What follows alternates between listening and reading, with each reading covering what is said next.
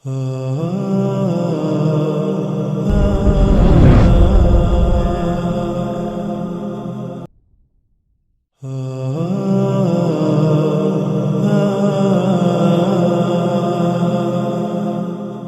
तो होगी ही जब तुम उसे कबूल नहीं करोगे जिसका रुख तुम्हारी तरफ है और भाग उसकी तरफ रहे हो जिसकी पुश्त तुम्हारी तरफ है। थकन तो होगी ही। याद रखो, जो तुम्हारी तरफ आता है वो भेजा गया है और जो तुमसे दूर जाए वो तुमसे हटाया गया है। बस तुम उसको कबूल नहीं कर पाते, कबूल नहीं कर पाते।